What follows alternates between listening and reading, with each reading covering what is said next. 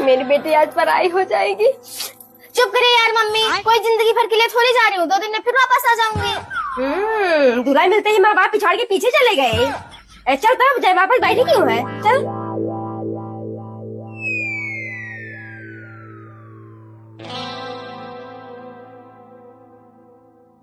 बेटा बहू को जयमाल पहना। जी मम्मी।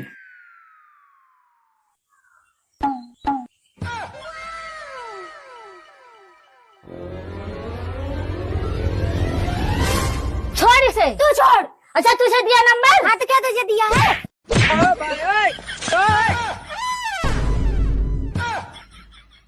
हाँ छोड़ इसे, छोड़। किसने दिया ये नंबर?